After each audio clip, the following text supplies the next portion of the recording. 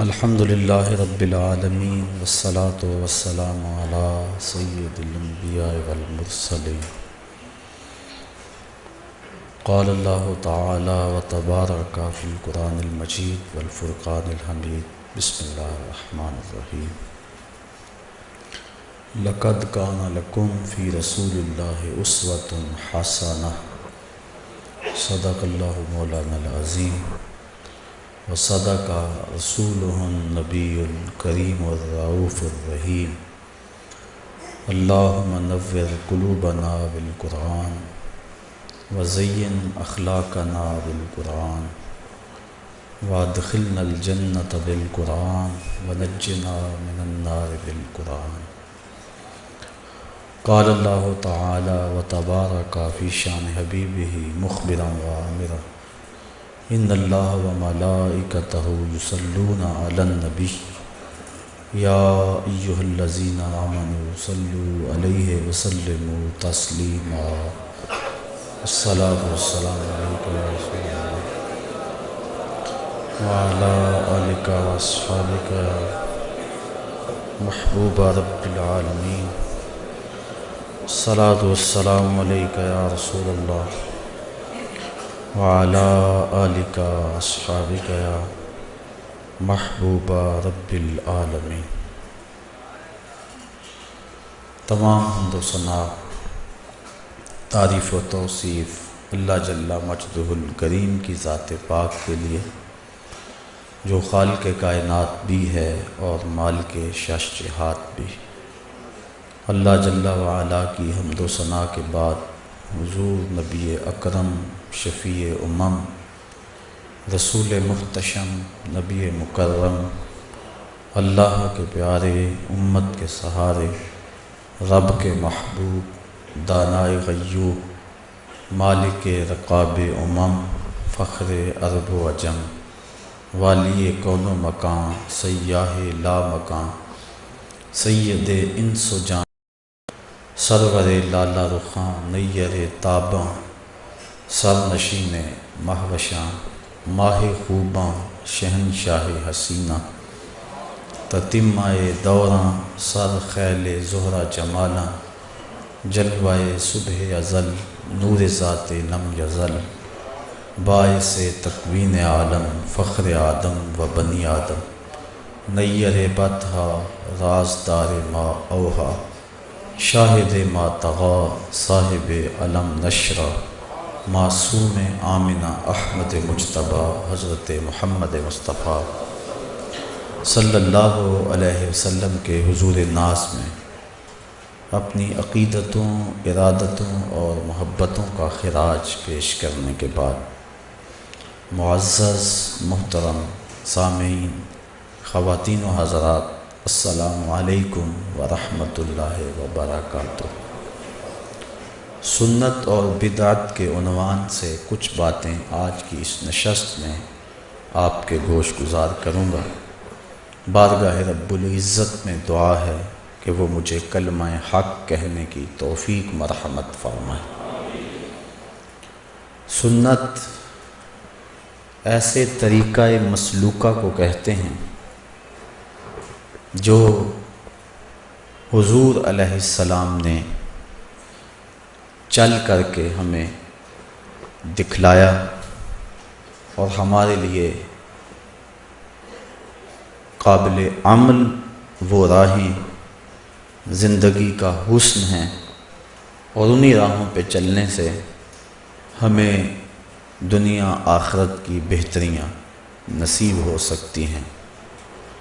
وہ عمل حضور نے خود کیا یا ارشاد کیا، یا حضور علیہ السلام کے سامنے کوئی کام ہوا اس پہ نفی نہ کی، یا حضور علیہ السلام کے بعد خلفائے راشدین نے اس کو جاری کیا، تو اصطلاح شریعت میں اس کو سنت کہا جاتا ہے۔ اللہ تعالیٰ جل شانہ نے اپنے محبوب کے انداز حیات کو اتنا حسین بنایا ہے کہ اٹھنے والا ایک ایک قدم حسن اور جمال کا مرقع ہے، جدھر سے وہ گزرتے گئے روشنیاں بکھیرتے گئے، اور جہاں چند لمحوں کے لیے ٹھہرے وہاں اجالے بھی ٹھہر گئے۔ نشور واحدی نے اس کو اپنا لہجہ دیا تو اخیر کر دی۔ وہ کہتا ہے چند لمحوں کے لیے ٹھہرے تھے تم جس پیڑ کے نیچے، چند لمحوں کے لیے ٹھہرے تھے تم جس پیڑ کے نیچے، سنا ہے آج تک اس پیڑ کا سایہ مہکتا ہے۔ اس پیڑ کے سائے سے آج بھی روشنی نکل رہی ہے، خوشبو آ رہی ہے۔ جہاں وہ چند لمحوں کے لیے بیٹھ گئے، جہاں سے گزرے وہاں روشنی پھیل گئی۔ ستارے اس راستے کے ذروں کی بلائیں لیتے ہیں جن ذروں پر حضور کے قدوم میمنت لزوم آئے۔ ہمارے لیے حضور کی زندگی کا ایک ایک لمحہ اور ایک ایک عمل ایسا روشن راستہ ہے جس پر چل کر ہم اپنی دنیا بھی اور آخرت بھی بہتر کر سکتے ہیں۔ آقا کریم علیہ السلام نے اپنی سنت پر چلنے کی ترغیب ارشاد فرمائی، اور ارشاد فرمایا میں تمہارے اندر دو بھاری چیزیں چھوڑ کے جا رہا ہوں، ایک اللہ کی کتاب، دوسرا اس کے نبی کی سنت۔ ان دونوں کو مضبوطی سے تھام لو، کبھی بھی گمراہ نہیں ہوگے۔ کتاب و سنت کے دامن کو تھامنے والا ہدایت کی راہوں کا مسافر ہوتا ہے۔ اور دوسرے ایک اور مقام پر ارشاد فرمایا علیکم بسنتی و سنت الخلفاء الراشدین المہدیین، تمہارے اوپر میری اور میرے خلفاء راشدین جو کہ ہدایت کا نشان ہیں ان کی سنت لازم ہے، اور فرمایا اس کو داڑوں کی مضبوطی سے پکڑ لو۔ اور ایک اور مقام پہ ارشاد فرمایا النکاح من سنتی من راغب عن سنتی فلیس منی، نکاح میری جملہ سنتوں میں سے ایک سنت ہے، اور جس نے میری کسی ایک سنت سے بھی اعراض کیا تو اس کا ہمارے سے کوئی تعلق نہیں ہے۔ فلیس منی، میرے سے اس کا رشتہ نہیں ہے۔ نکاح کو سنت قرار دیا اور ساتھ فرمایا کہ یہ میری سنتوں میں سے ایک سنت ہے، اور جس نے میری کسی سنت کو چھوڑا فمن راغب عن سنتی، اس کا یہ مطلب نہیں ہے کہ جس نے نکاح کو چھوڑا، نکاح بھی سنت ہے، نکاح بھی اس کے اندر مندرج ہے، لیکن جو الفاظ حدیث ہیں وہ یہ ہیں کہ من راغب عن سنتی، جس نے میری کسی سنت سے بھی اعراض کیا، منہ پھیرا، رخ پھیرا، تو فرمایا کہ اس کا میرے سے کوئی نہیں ہے۔ تو یہ کس قدر سخت وعید ہے حضور علیہ السلام کی طرف سے ان لوگوں کے لیے جو حضور کی سنت کا ترک کرتے ہیں۔ بلکہ آقا کریم علیہ السلام نے فرمایا کہ 6 اشخاص ایسے ہیں جن پر اللہ نے بھی لعنت بھیجی ہے، اللہ کے رسول نے بھی لعنت بھیجی ہے، اور ان کے اندر فرمایا وَالتَّارِكُ لِسُنَّتِي، ایک وہ ہے جو میری سنت کا تارک ہے۔ اور جو شخص حضور کی سنت پہ عمل کرتا ہے، ایک روایت حضور علیہ السلام نے ارشاد فرمایا من حافظ علی سنتی اکرمہ اللہ تعالی باربع خصال، جس نے میری سنت کی حفاظت کی، میری سنت پر عمل کیا، میری سنت کی راہوں پہ چلا، اللہ تعالیٰ جل شانہ اس کو 4 چیزیں عطا فرماتا ہے۔ پہلی چیز المحبت فی قلوب البررہ، جو نیک لوگ ہیں عامل سنت کی محبت نیک لوگوں کے دل میں اللہ ڈال دیتا ہے۔ یہ آپ کے شہر سیالکوٹ کی بات ہے کہ ملا عبد الحکیم میر سیالکوٹی علیہ رحمہ جب مطالعہ کے لیے بیٹھتے تھے تو وقت کا حاکم، اس نے ایک ملازم آپ کی لائبریری میں مقرر کیا ہوا تھا جو مٹی کے برتن کے اندر بادام روغن ڈال کر آپ کے پاؤں کے نیچے رکھتا تھا تاکہ آپ کے دماغ کو اس سے تراوت پہنچتی رہے۔ اور جب آپ مطالعہ کی میز پہ بیٹھتے تھے تو آپ کے پاؤں اس بادام روغن میں ڈوبے رہتے تھے۔ 8-10 دن کے بعد وہ بادام روغن بدلا جاتا اور اس کی جگہ نیا ڈالا جاتا، تو جو بدلا جاتا اس کو پھینکا نہ جاتا۔ بادشاہ کا حکم تھا کہ اس کو میرے دربار میں بھیجا جائے۔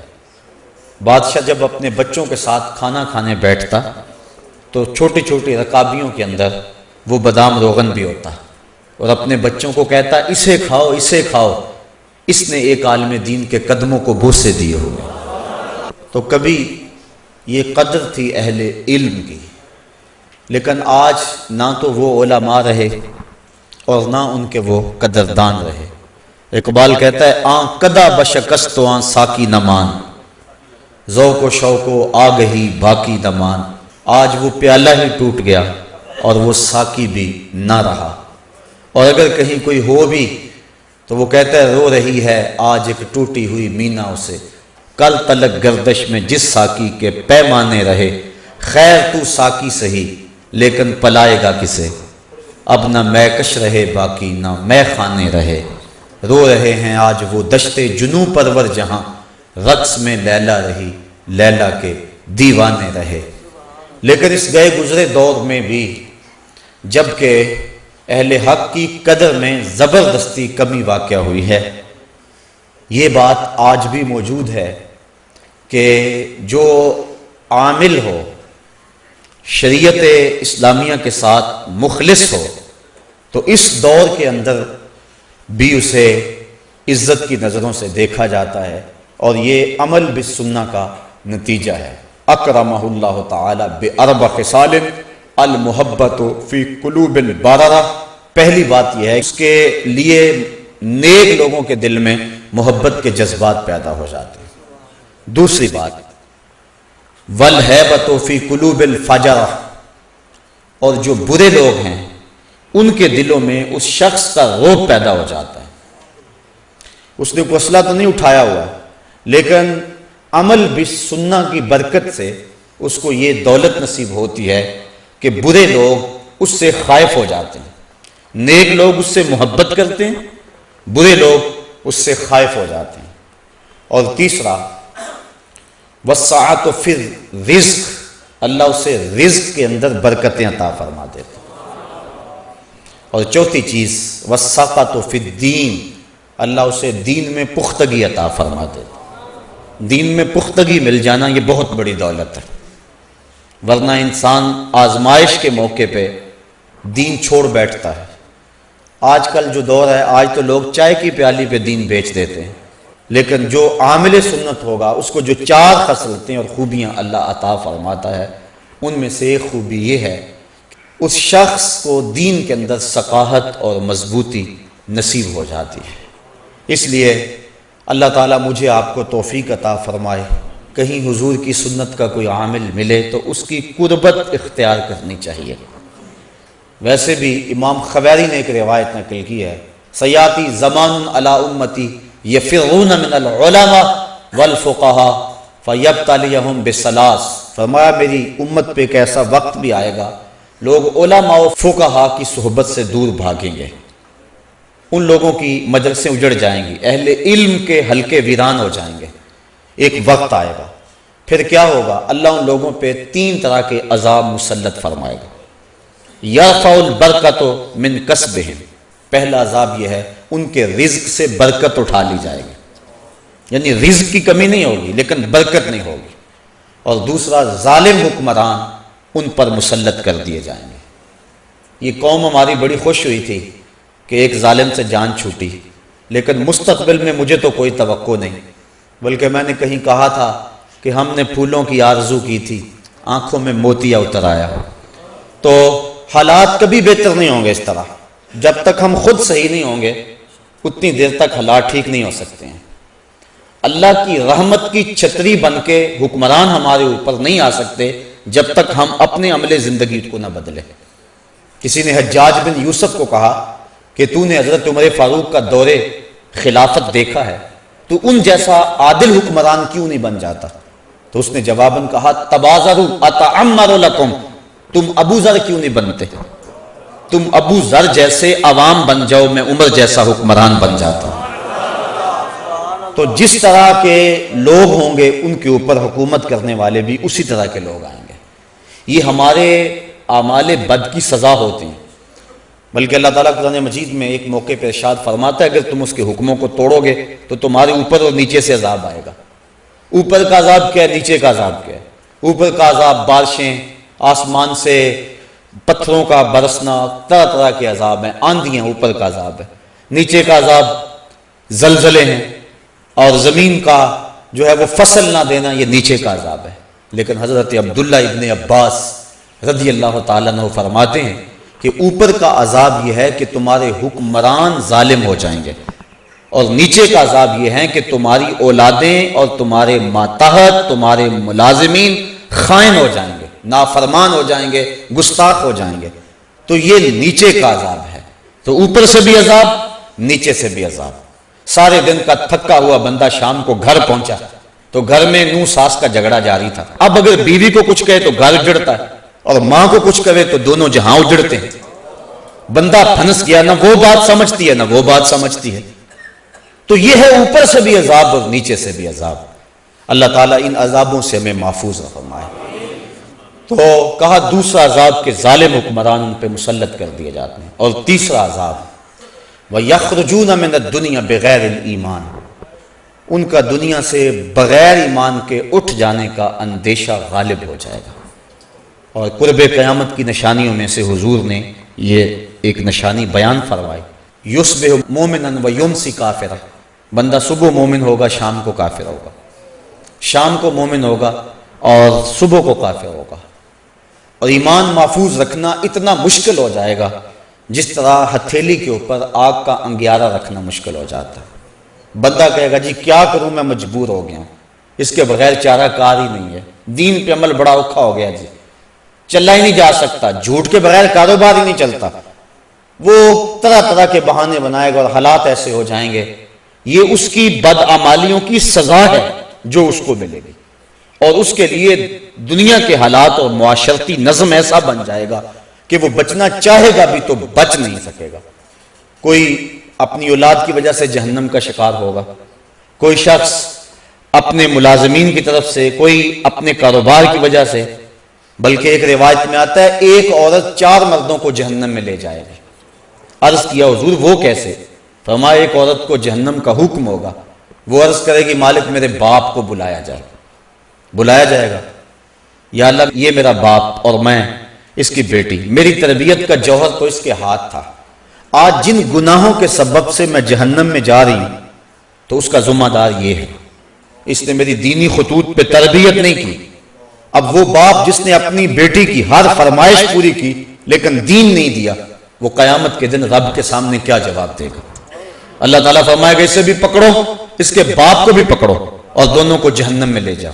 عرض کرے گی نہیں مالک میرے بھائی کو بلایا جائے، بھائی کو بلایا جائے گا، یہ میرا بھائی اور میں اس کی بہن، میں اس کی غیرت تھی، میں جب بے پردہ گھر سے اپنے لبوں پر حیا کی لالی سجا کر سڑکوں پہ آتی تھی، اس کے غیرت کا جنازہ نہیں نکلتا تھا، اس نے کبھی مجھے روکا تھا، اس نے کبھی مجھے منع کیا تھا؟ اگر اس کی غیرت جاگتی، اس میں احساس موجود ہوتا تو میں اتنی آوارہ نہ ہوتی کہ آج مجھے جہنم میں اس کی سزا بھگتنا پڑتی۔ اب وہ بھائی کیسے جواب دے گا جس کو خود چوکوں اور موڑوں پہ کھڑا ہونے کا چسکا ہے، اور وہ کالج کے دروازوں پہ کھڑے ہو کر کے اپنی نظروں کو تسکین دیتا ہے اور سمجھتا ہے کہ میری بہن دوسروں کی نظروں سے محفوظ ہے؟ کل قیامت کے دن وہ بھی جواب نہیں دے سکے گا۔ اللہ تعالیٰ فرمائے گا اسے بھی پکڑو، اس کے باپ کو بھی پکڑو، بھائی کو بھی پکڑو، جہنم میں لے جاؤ۔ عرض کرے گی نہیں مالک میرے خامد کو بلایا جائے، بلایا جائے گا، یہ میرا خامد، اس کی اطاعت میرے اوپر لازم تھی۔ طلاق کی دھمکی ایک ایسی بات اس کے پاس تھی کہ مجھے جو چاہتا منوا لیتا، مجھے اپنے انداز میں ڈھال لیتا۔ ماں باپ کے گھر میں میری جیسی بھی زندگی گزری تھی، گزر گئی تھی، لیکن جب میں اس کے ہاں آئی تھی تو یہ اپنا رنگ مجھے دے دیتا۔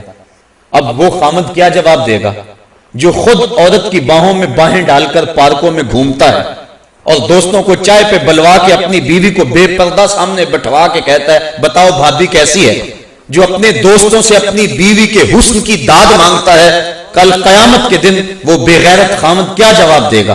اللہ تعالیٰ فرمائے گا اسے بھی پکڑو، اس کے باپ کو بھی پکڑو، خامد اور بھائی کو بھی پکڑو اور جہنم میں لے جاؤ۔ عرض کرے گی نہیں مالک، میرے بیٹے کو بھی بلایا جائے، بیٹے کو بلایا جائے گا، یہ میرا بیٹا اور میں اس کی ماں، میرے سینے میں تو نے تڑپتی ہوئی ممتا رکھ دی تھی، اس کے چہرے کی اداسی میری زندگی میں اجاڑ ڈال دیتی، میری زندگی کا سارا حسن اس کے چہرے کی خوشی سے وابستہ تھا۔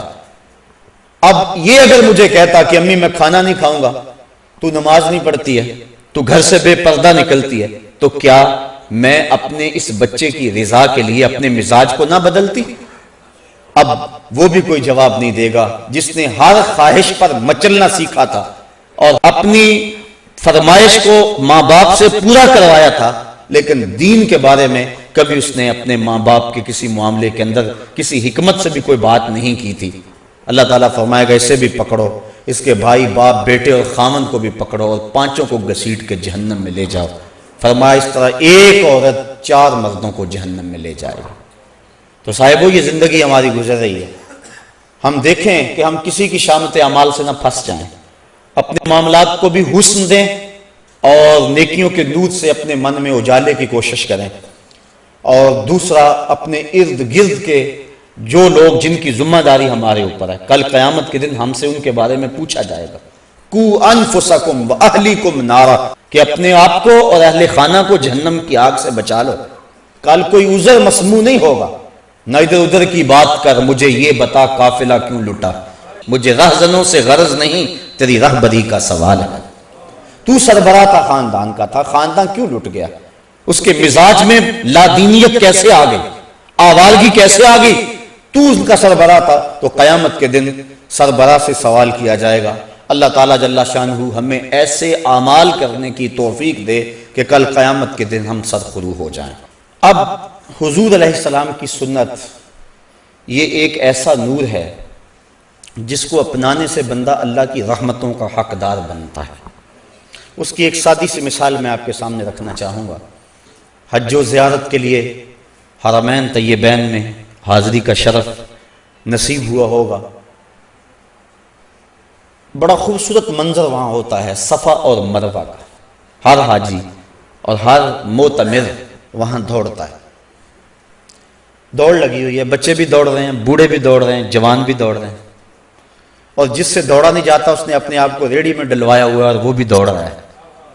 یا اللہ، یہ دوڑنا بھی کوئی عبادت ہے؟ اسلام تو ایک لمحہ بھی بے مقصد گزارنے سے میں روکتا ہے، یہ اسلام کا حسن ہے۔ حضرت ابو بکر بن داسا کہتے ہیں کہ حضرت امام ابو داؤد نے اللہ کے رسول علیہ السلام کی 5 لاکھ حدیثوں کو جمع کیا، اور ان 5 لاکھ حدیثوں میں 4000 حدیثوں کا انتخاب کیا۔ 5 لاکھ حدیثوں کا خلاصہ جو تیار کیا وہ 4000 حدیثیں تھیں۔ ان میں سے مناقب اور زہد کی احادیث نکال کر جن سے احکام ثابت کیے وہ صرف 800 حدیثیں تھیں، اور فرمایا میں ان 800 حدیثوں میں سے پھر 4 حدیثوں کا انتخاب کیا۔ کہا اگر ان 4 حدیثوں پہ عمل کر لو تو تمہاری دنیا اور تمہارے دین کے لیے یہ 4 حدیثیں ہی کافی ہیں۔ ان 4 حدیثوں میں سے ایک حدیث یہ ہے، من حسن اسلام المرء ترکہ ما لا یعنی ہے، آدمی کے اسلام کا حسن یہ ہے کہ وہ ہر بے مقصد کام کو چھوڑ دے۔ تو یہ اسلام کا مزاج ہے۔ قدم اٹھانے سے قبل مومن سوچتا ہے اس کا فائدہ کیا ہوگا۔ اب 3.5 میل کی دوڑ ہے اور وہاں حاجی اور معتمر دوڑ رہا ہے، دل میں خیال پیدا ہوتا ہے کہ یہ مقصد کیا ہے۔ حضرت ہاجرہ تو دوڑ رہی تھی، پانی کے لیے دوڑ رہی تھی، بیٹے کو پانی چاہیے تھا تو بیٹا تڑپ رہا تھا۔ حاجی کی تو بغل میں پانی کی بوتل ہوتی ہے، وہ پانی کے لیے تو نہیں دوڑ رہا ہوتا۔ امیر بھی دوڑ رہے ہیں، غریب بھی دوڑ رہے ہیں، بچے بھی دوڑ رہے ہیں، بوڑھے بھی دوڑ رہے ہیں، بعض ساری فیملیاں گئی ہوتی ہیں، چھوٹے چھوٹے بچے بھی دوڑ لگا رہے ہوتے ہیں۔ کیا وہ منظر ہوتا ہے، بادشاہ بھی دوڑ رہے ہیں، کج کلا بھی دوڑ رہے ہیں، غریب بھی دوڑ رہے ہیں، امیر بھی دوڑ رہے ہیں، اور ان راہوں پہ نبی بھی دوڑے ہیں، ولی بھی دوڑے ہیں، غوث القطب اور ابدال بھی دوڑے ہیں، خود امام الانبیاء بھی دوڑے ہیں۔ یا اللہ، یہ دوڑنا بھی کوئی عبادت ہے؟ یہ دوڑے لگی، یہ سروں کا سمندر نظر آ رہا ہے، کوئی ادھر جا رہا ہے، کوئی ادھر آ رہا ہے، پانی کی بوتلیں بغل میں رکھی ہوئی ہیں، پانی بھی نہیں چاہیے، بیٹے بھی ساتھ ہیں، یہ کیوں دوڑ رہے ہیں؟ اللہ نے کہا کہ میری بندی نے راہوں پہ دوڑی تھی. یہ پروٹوکول ہے، یہ اعزاز ہے، یہ تکریم ہے. ذرا منظر تصور میں لائے نا، جب سیدہ ہاجرہ کو حضرت ابراہیم نے چھوڑا، اللہ کا حکم تھا، رات کو چھوڑا، صبح رخصت ہونے لگے، حضرت ہاجرہ آگے بڑھی، تمسکت بعضیالہ، دامن کو تھام لیا، کہا میرے شوہر نامدار اس وادی بے آب و گیا میں چھوڑ کے کہاں جا رہے ہیں ہمیں؟ ایسی وہ وادی جہاں انسان تو کیا حشرات الارض بھی نہیں پائے جاتے تھے، وہاں انسانی اور حیوانی زندگی کیا، وہاں نباتات بھی نہیں تھے. مورخ اسلام حفیظ جلندری اس وادی کا نقشہ کھینچتا ہے. وہ کہتا ہے وہ وادی جس میں وحشت بھی قدم رکھتی تھی ڈر ڈر کے، جہاں پھرتے تھے آوارہ تھپیڑے بادے سر سر کے، جہاں پہ گھاس اگتی ہے، جہاں نہ پھول کھلتے ہیں، مگر یہ سرزمین ہے آسماں بھی جھک کے ملتے ہیں. وہ بے آب و گیا وادی،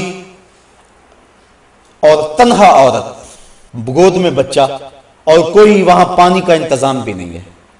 تو دامن پکڑا اپنے شوہر کا، کہا اس تنہائی میں چھوڑ کے کہاں جا رہے ہیں؟ حضرت ابراہیم نے کوئی جواب نہیں دیا. پھر قدم اٹھایا، پھر دامن پکڑ لیا، کہا کیوں چھوڑ کے جا رہے ہو؟ پھر کوئی جواب نہ دیا.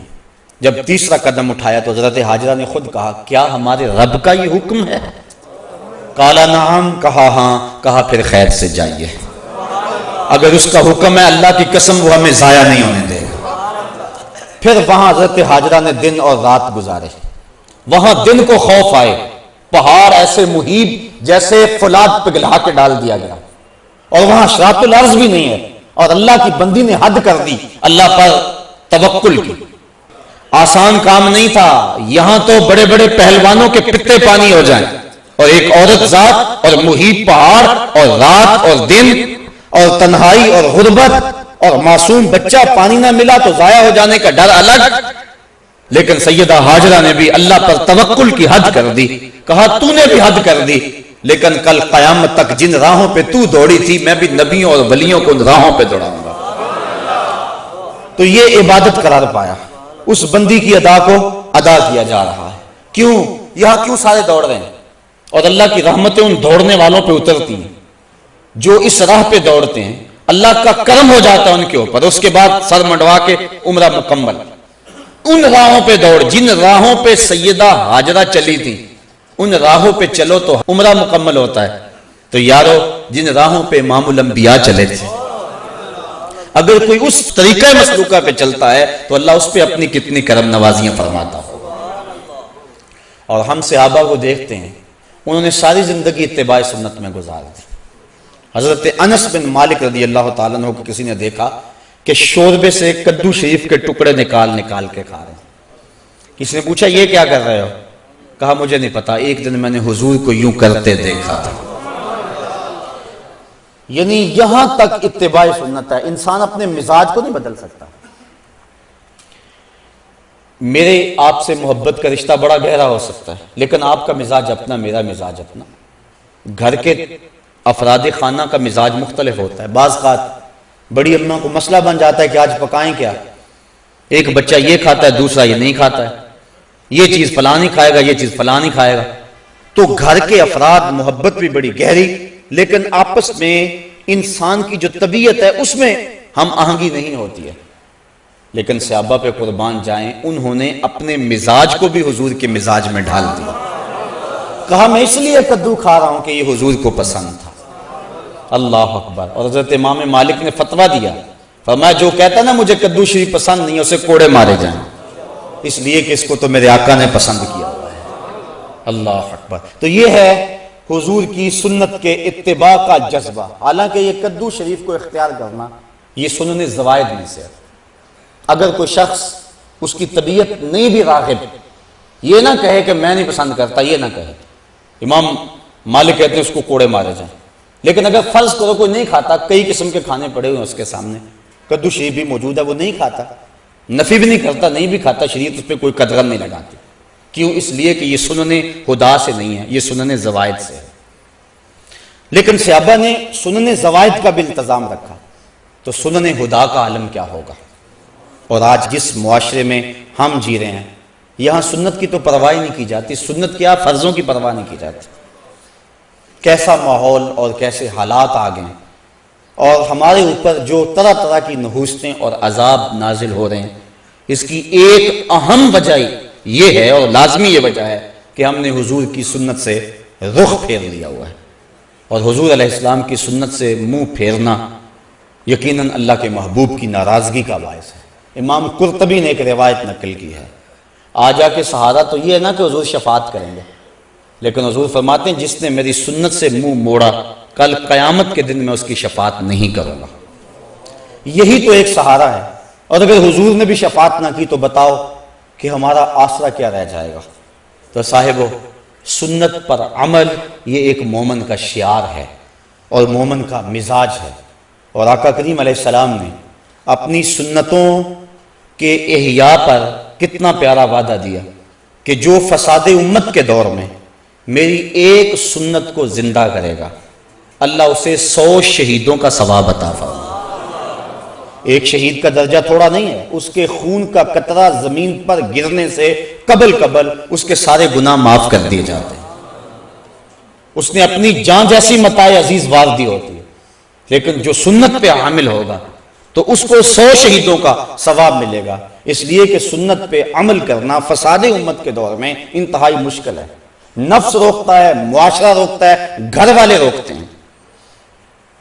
ایک زمانہ تھا کہ ایک نوجوان کی شادی ہونے لگی تو اس کے گھر والوں نے اس کو کہا کہ آپ داڑھی کٹوا دیں، لیکن وہ اڑ گیا۔ اس کے گھر والے میرے تک پہنچے کہ یہ آپ کے درس وغیرہ سنتا ہے تو آپ جو ہے وہ اسے سمجھائیں کہ یہ داڑھی منڈوا دے۔ میں نے کہا اس میں کیا حرج ہے داڑھی میں؟ تو کہنے لگا کہ وہ اس کا بھائی بھی سا کہنے لگا یہ میرے سے چھوٹا ہے لیکن داڑھی کی وجہ سے مجھ سے بڑا نظر آتا ہے۔ میں نے کہا یہی تو حضور کے سنت کا کمال ہے کہ سنت چھوٹوں کو بھی بڑا بنا دیتی ہے۔ تم کہتے ہو یہ بڑا نظر آتا ہے، یہی تو سنت کا کمال ہے۔ سنت عزت دیتی ہے اور بڑائی دیتی ہے۔ میں نے کہا میں تو پتہ نہیں کتنے درسوں کا نتیجہ ہے اور اللہ سے کتنی دعائیں مانگتا ہوں اپنے سامعین کے لیے کہ یا اللہ جو میں کہوں ان کے دل میں اتار دے۔ تو میں نے جس کو خون جگر سے سینچا ہے کیا تمہارے کہنے پہ اس کو روک دوں؟ یہ کیسے ہو سکتا ہے؟ میں نے کہا میں تو اس کو تھپکی دوں گا کہ جمع رہنا، ڈٹا رہنا، تیرے اوپر اللہ اس کے رسول کا سایہ رہے گا۔ تو یہ کیسا ماحول آ گیا، کیسے حالات آ گئے ہیں۔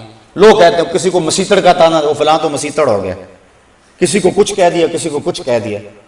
تو بعض بات ایسا ہوتا ہے کہ کوئی شخص جس نے سنت رسول چہرے پہ رکھی ہے اس سے کوئی ناسزا کام سرزد ہو جاتا ہے تو ہمارے معاشرے میں جھٹ جو ہے وہ اس کے اوپر حملہ ہوتا ہے۔ وہ جا رہا تھا نا کوئی بندہ سائیکل پہ، تو لمبی لمبی اس کی داڑھی تھی تو وہ بریک نہ لگی تو وہ کسی میں سائیکل لگ گیا۔ اس نے کہا اتنی بڑی داڑھی رکھی ہوئی ہے۔ اس نے کہا یار داڑھی ہے، بریک تو نہیں ہے، یعنی اس کا تعلق کیا ہے بریک سے؟ لیکن ہمارے معاشرے کے اندر سنت کو خفیف جانا جاتا ہے اور جس کے نتیجے میں اللہ تعالیٰ کی طرف سے ہمارے اوپر یہ وبال ہے کہ ہم ہر وقت مشکلات اور دکھوں میں مبتلا ہیں۔ حضور نے فرمایا عرب جب تک امامے کا التزام رکھیں گے دنیا پہ غالب رہیں گے، اور جب امامہ چھوڑ دیں گے تو ان کا غلبہ دنیا سے ختم ہو جائے گا۔ اور آپ دیکھ رہے ہیں جب سے انہوں نے یہ لباس اتار کے وہ اپنا الگ سا قومی لباس بنا لیا تو ان کا رعب زمانے سے ختم ہو گیا۔ تو سنت کے دم سے رعب ہے، اور فرمایا الامائم تیجان العرب، امامے تو عربوں کے سر کا تاج ہے۔ اور جب بدر کے دن فرشتے نازل ہوئے تھے تو ان کے سروں کے اوپر امامے بندے ہوئے تھے۔ اس طرح داڑھی شریف یہ حضور علیہ السلام کی سنت ہے۔ خسرو پرویز کے 2 قاصد حضور کی خدمت میں آئے لیکن ان کی منڈی ہوئی داڑیاں اور بڑی ہوئی مونچھیں حضور کے سامنے جب آ کے بیٹھے تو حضور نے فرمایا یہ تم نے کیا شکل بنا رکھی؟ تو انہوں نے کہا ہمارے خداوند خسرو پرویز نے ہمیں داڑھی منڈانے کا حکم دیا۔ تو حضور علیہ السلام غصے میں آ گئے، فرمایا تمہارے جھوٹے خدا نے تمہیں داڑھی منڈانے کا حکم دیا اور میرے خدا نے مجھے داڑھی بڑھانے کا حکم دیا۔ تو ترغیب دی، بلکہ یہاں تک ایک تو ہے کہ داڑھی نہ ہو، دوسرا ہے کہ سنت کی مقدار تک نہ ہو۔ لیکن حضور کا ذرا فرمان سنیے اور ذرا اس پہ غور کیجئے۔ ایک تو داڑھی رکھنا سنت ہے، دوسرا کم از کم مٹھی بھر، اور تیسری سنت یہ ہے کہ داڑھی کا استرسال، یعنی داڑھی کو لپیٹا نہ جائے، اس کے اندر مینڈیاں نہ بنائی جائیں جس طرح کہ کفار موتی پر ہوتے تھے، یا اس کو تو دے کر بالکل اس انداز سے اس کی سیٹنگ کی جائے کہ چھوٹی نظر آئے۔ اس کو کہتے ہیں اقد لحیہ، اور یہ بھی جو حضور نے ارشاد فرمایا من عقد لحیتہ انا محمدا بریء منہ، فرمایا جس نے اپنی داڑھی کو عقد کیا، داڑھی کو گانٹھیں دی، اس کو تو دیے، فرمایا میری خبر پہنچا دو کہ اس سے محمد بیزار ہے۔ تو نہ صرف یہ کہ اس نے داڑھی رکھی ہوئی ہے اور ہے بھی وہ مقدار سنت کے مطابق، لیکن اس کو تو دیتا ہے، تو حضور نے بیزاری کا اظہار کیا۔ اور جو حضور کی سنت کو ہی قطع کرتا ہے اور زبان سے وہ دعویٰ کرے کہ میں عاشق کے رسول ہوں، تو یہ کس طرح اس کے دعوے کو قبول کیا جائے گا؟ مرزا قتیل دہلی کا بہت بڑا شاعر تھا، اور فارسی اس دور میں قومی زبان تھی، بعد میں ریختی آئی، پھر اردو۔ ایران کا کوئی شخص تھا جس نے مرزا قتیل کے اشعار پڑھے تو بڑا خوش ہوا، دل میں ارماں جاگا کہ میں اس کی زیارت کر کے آؤں کہ وہ بڑا صوفی مزاج کوئی بزرگ ہے، چونکہ شعروں کے اندر جو مضامین تھے وہ صوفیانہ تھے۔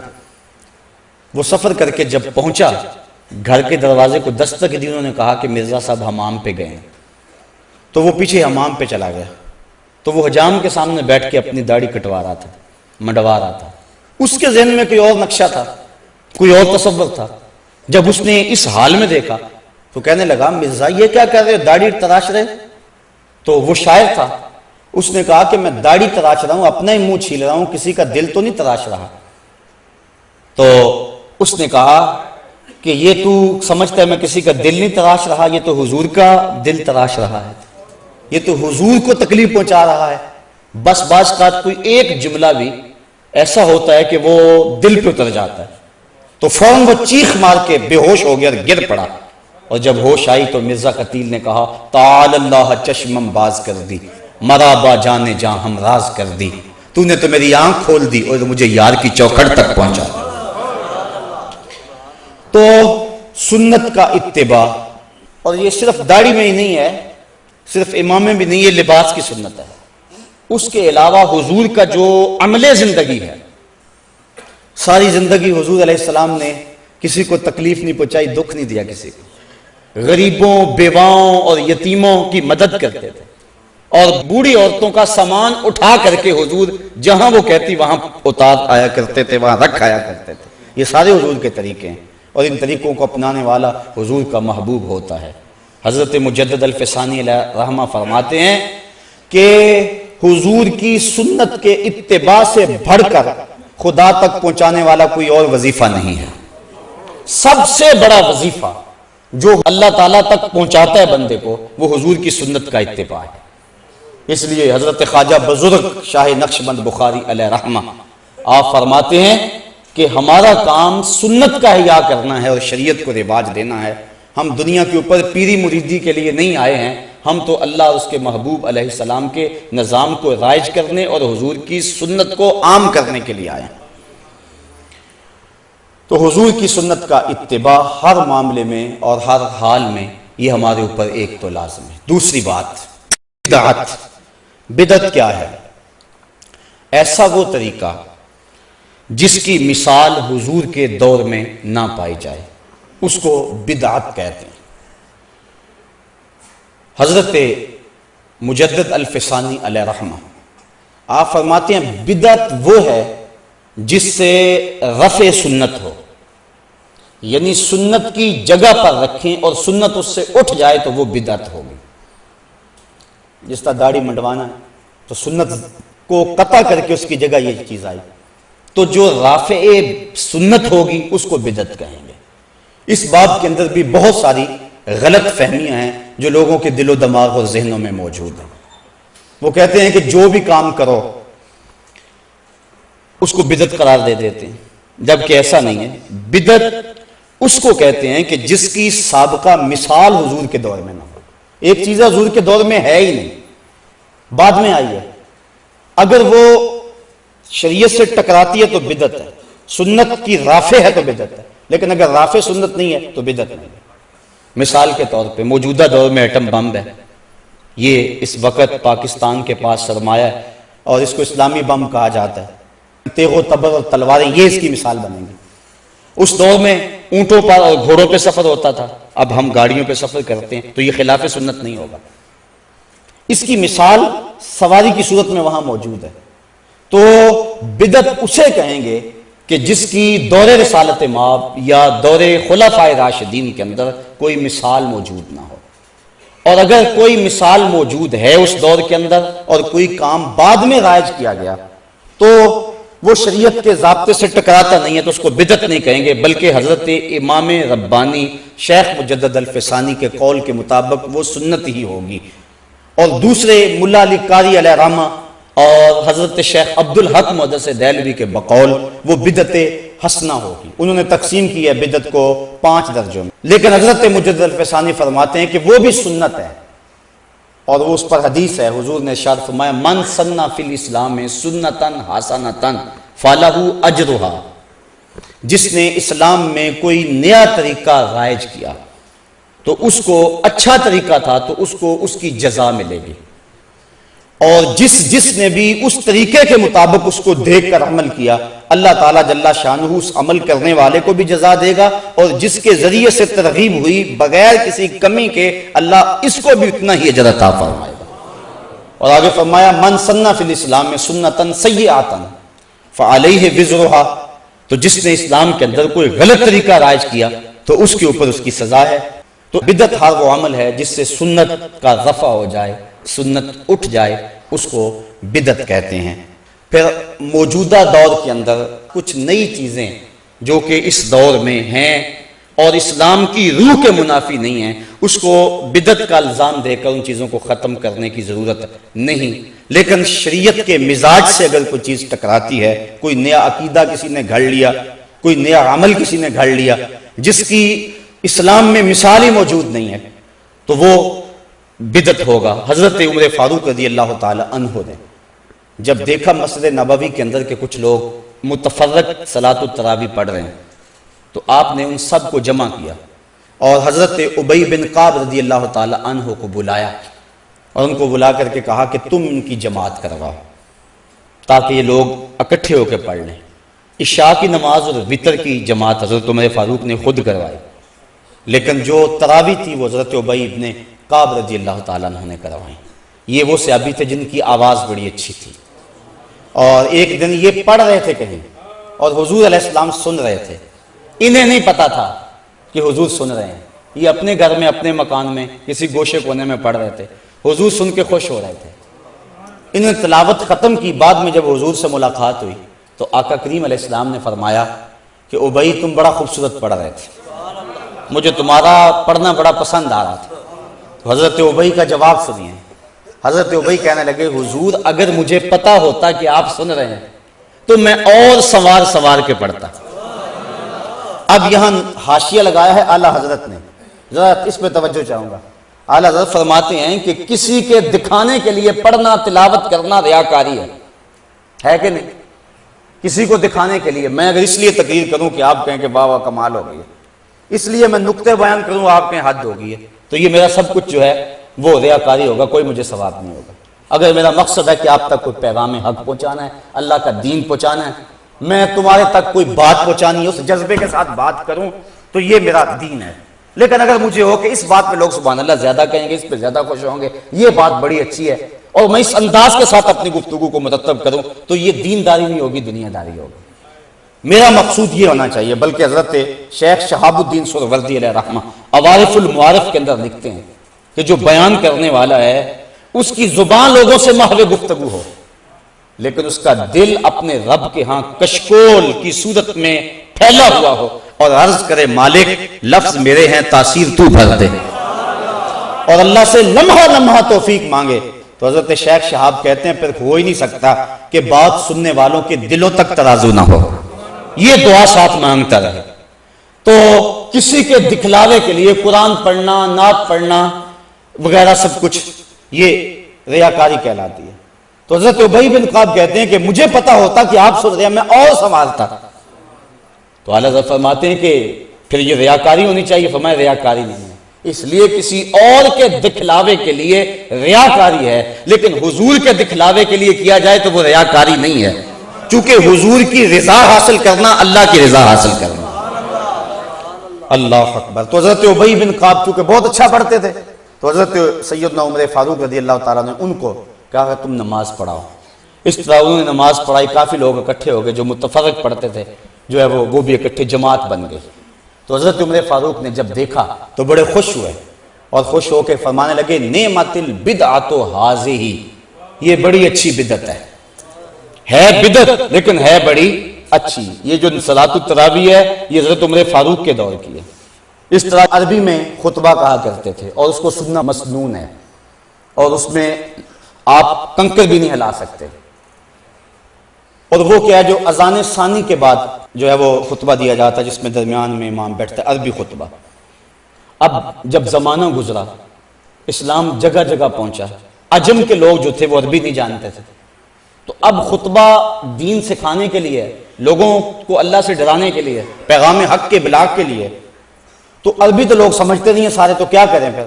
تو علماء نے مل بیٹھ کے یہ سوچا اور اس پہ اجتہاد کیا کہ ایک اذان پہلے دے لیں اور اذان ثانی سے قبل اردو میں یا کوئی جس علاقے کا رہنا والا ہے اس زبان کے اندر وہ ایک الگ خطبہ دے لے، تاکہ اس سے لوگوں کو مسائل دینیاں سمجھائے جائیں، اور جو اصل روح ہے وہ سنت رفع نہ ہو۔ اگر اس کی جگہ آپ تقریر اردو کی لاتے تو پھر یہ بدعت ہوتا، یہ ایسی بدعت سیاح ہوتی جس سے رفع سنت ہوتا، لیکن سنت اپنی جگہ پہ برقرار ہے۔ لیکن یہ اردو خطبہ جو ہے جمعے کے اندر پہلے امام دیتا ہے اذان ثانی سے قبل، یہ حضور کے دور میں نہیں تھا، بعد میں ایجاد کیا گیا، بالخصوص عجم کے علاقوں میں جہاں دین کو سمجھانے کے لیے یہ ایک مؤثر ذریعہ تھا۔ تو اب یہ بالکل بدعت ہے، لیکن اس کو بدعت سیاح نہیں کہیں گے، تمام مسالک کے لوگ ایسا کرتے ہیں، کیونکہ اگر یہ بھی نہ ہو تو لوگوں تک پیغام کیسے پہنچے۔ تو اصل چیز کو اپنی جگہ پہ رکھیں، یہ بات ذہن میں رکھیں، اصل چیز کو اپنی جگہ پہ رکھیں، اور اس کے ساتھ ضرورت کے تحت اگر آپ کوئی چیز شامل کر لیتے ہیں تو وہ بدعت بھی ہوگی، تو وہ بدعت سیاح نہیں ہوگی، بدعت حسنہ ہوگی۔ اب سلطان صلاح الدین ایوبی نے جب حالات پہ قابو پایا، تو آپ جانتے ہیں کہ اس دور میں جو خلفاء تھے ان کا حال کیا تھا، جب اذان ہوتی تو اذان سے قبل ان کے نام کے قصیدے پڑھے جاتے۔ تو سلطان صلاح الدین ایوبی نے یہ بات جاری کی اور علماء سے تصدیق لی کہ جب اذان پڑھی جائے تو بادشاہوں کے قصیدے نہ پڑھے جائیں، محمد عربی پہ درود پڑھا جائے۔ اذان اصل اپنی جگہ پہ رہی، جس طرح عربی خطبہ اصل اپنی جگہ پہ رہا اور ساتھ ملحق کر لیا گیا اردو خطبہ، اس طرح اذان اصل اپنی جگہ پہ رہی اور ساتھ ملحق کر لیا گیا درود شریف۔ اب کچھ لوگ کہتے ہیں تم درود شریف کو اذان کا حصہ سمجھتے ہو، یہ بات غلط ہے۔ اگر اذان کے اندر کوئی چیز شامل کی جاتی تو پھر حصہ بنتا۔ اب یہ اذان سے بالکل الگ ہے، پھر اذان کی ٹون الگ ہے، درود شریف کا جو ہے انداز الگ ہے، اذان میں کھڑا ہونے کی حالت الگ ہے، کانوں کے اندر انگلیاں لیتے ہیں، لیکن اس کی صورتحال جو ہے وہ درود کے اندر مختلف ہے، اور سننے والا سمجھتا اب یہ درود ہو رہا ہے اور اب یہ اذان شروع ہو گئی ہے۔ پھر اذان کا جواب دینا لازم ہے، واجب ہے، درود کا جواب دینا لازم واجب نہیں ہے۔ اور پھر اس کو کبھی چھوڑ بھی دیا جائے تو کوئی نہیں کہتا کہ آج اذان نہیں ہوئی۔ ہر جمعے میں جو اذان ثانی ہوتی ہے دوسری اذان، اس کے ساتھ درود نہیں پڑھا جاتا، لیکن کبھی کسی نے کہا کہ یہ آپ نے کیسی اذان دی؟ اگر یہ حصہ سمجھا یا مانا یا خیال کیا جاتا تو وہاں اعتراض اٹھ کے لوگ کرتے کہ یہ تم نے کیوں درود ساتھ نہیں پڑھا ہے۔ تو یہ بات ذہن میں رکھیں کہ یہ اس دور کے اندر ایسا ہوا کہ جب کہ بادشاہوں کے قصیدے پڑھے جاتے تھے تو سلطان صلاح الدین ایوبی یہ وہ شخص ہے جس سے اللہ نے کام لیا تھا، تو اس سے یہ بھی کام لیا گیا، اس نے کہا چھوڑو شاہوں کے قصیدے، اذان سے پہلے محمد عربی کے قصیدے پڑھے جائیں۔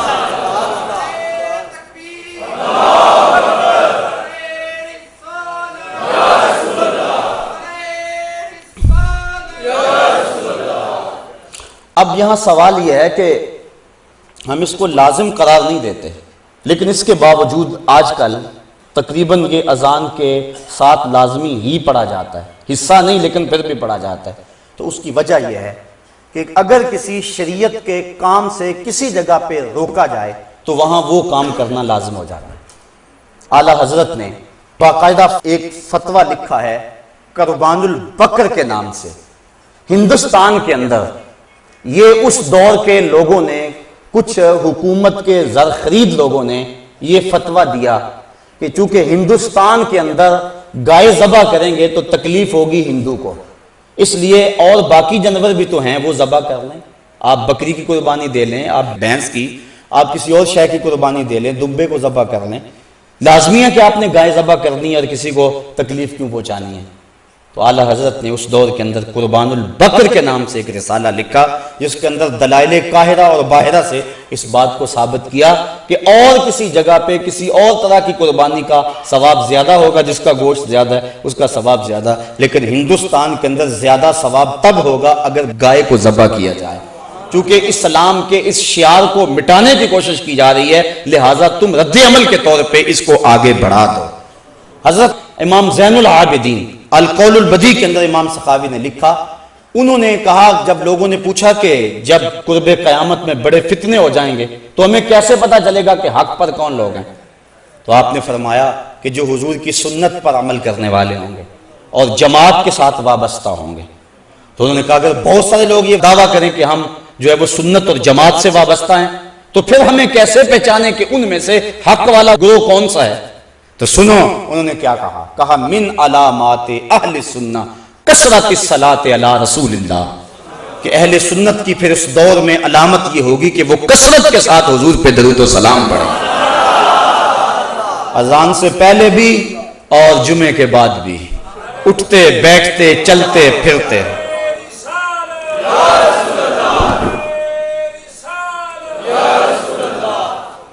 اور یہ بات ذہن میں رکھیں، یہ جو کچھ میں کہہ رہا ہوں انصاف کی بنیاد پہ کہہ رہا ہوں کہ کوئی غلط فہمی میں حضور کے درود پہ اعتراض نہ کر بیٹھے اور آقا کریم علیہ السلام کی رحمتوں سے محروم نہ ہو جائے۔ باقی جو بدعت ہے ہم ڈٹ کے بدعت کہتے ہیں۔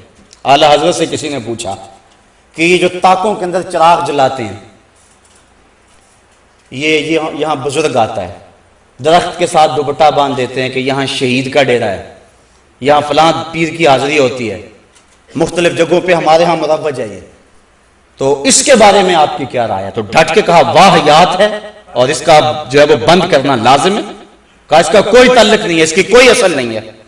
تو جہاں بدعات تھی ہمارے علماء نے اس کا مواخذہ کیا، کہا کہ نہیں ہے، بالکل ایسا نہیں ہے، لیکن جو حضور کی محبت کو پیدا کرنے کے داعیے تھے وہاں انہوں نے ساری زندگی پر پہرا دیا اور دلائل دیے اور اٹھتے بیٹھتے چلتے پھرتے کہا نام لو مصطفیٰ کا، یہ نام شفا دیتا ہے، اس نام میں برکتیں رکھی ہوئی ہیں اور اللہ کی رحمتوں کا نزول ہے اس نام کے اندر اور کرم نوازی ہے اس نام کے اندر۔ تو صاحبو یہ مضمون اپنے دامن میں بڑی وسعت رکھتا ہے، تو وقت بہرحال مجھے اور آپ کو ملحوظ ہے، اللہ مجھے آپ کو اپنی رحمتوں اور کرم نوازیوں کا حصار دے اور عمل بالسنہ کی توفیق دے۔ یہ اس دور کا اہم اور ضروری اس امن اور سکون اور طمانینت کا ذریعہ ہے کہ حضور کی سنت کا نور مل جائے۔ آج لوگ کہتے ہیں جی ظاہر کا کیا ہے، باطن جو ہے وہ ٹھیک ہو جانا چاہیے، تم اتنا زور دیتے ہو داڑھی پہ، امامے پہ، لباس پہ، کھانے پینے کے انداز میں، زمانہ بدل گیا، دنیا کہاں چلی گئی اور تم ابھی وہ پرانی باتیں دقیانوسی چھوڑتے نہیں ہو۔ لباس میں کیا جون سا مرضی بندہ لباس پہن لے۔ میں ایک سادی سی مثال یہاں دیا کرتا ہوں، بات ختم کرتے کرتے میرے ذہن میں آ گئی، میں نے کہا چلو شاید کسی کے دل میں اتر جائے کہ لوگ کہتے ہیں لباس کا کیا ہے، ظاہری پہناوا جو مرضی ہو، بندہ اندر سے مسلمان ہونا چاہیے۔ آج کل یہ بھی بات بڑی چلتی ہے، تو میں آپ کو سادے سے الفاظ میں کہنا چاہتا ہوں، اگر کوئی پاکستان کا میجر یا کوئی فوجی انڈین فوج کی وردی پہن لے، اس کو کورٹ مارشل کیا جائے گا کہ نہیں کیا جائے گا؟ وہ کہے وردی کا کیا، مجھے اچھی لگی میں نے پہن لی، اندر سے تو میں پاکستانی ہوں، تو اس کی حب الوطنی تسلیم کی جائے گی؟ سب کہیں گے جب تجھے ظاہر پسند نہیں ہے تو باطن کا اعتبار کیسے کریں؟ بس اس سے بہت کچھ سمجھا جا سکتا ہے، بہت کچھ سمجھا جا سکتا ہے۔ صحابہ کا تو انداز یہ تھا، حضور گزر رہے ہیں، ایک گنبد نما، یہ منع کیا گیا، گنبد نما مکان منع کیا گیا، حضور گزرے تو دیکھا ایک مکان بن رہا، کہا کس کا ہے؟ عرض کی یہ فلان ساری کا ہے۔ جواب حضور نے کچھ نہیں دیا، چہرے پہ تھوڑی سی ناگواری آئی اور گزر گئے۔ کسی نے اس کو بتایا آج گزرے تھے حضور، تیرے مکان کو دیکھا تھا، خوش نہیں ہوئے؟ اس نے کدال پکڑی، برابر کر دیا زمین،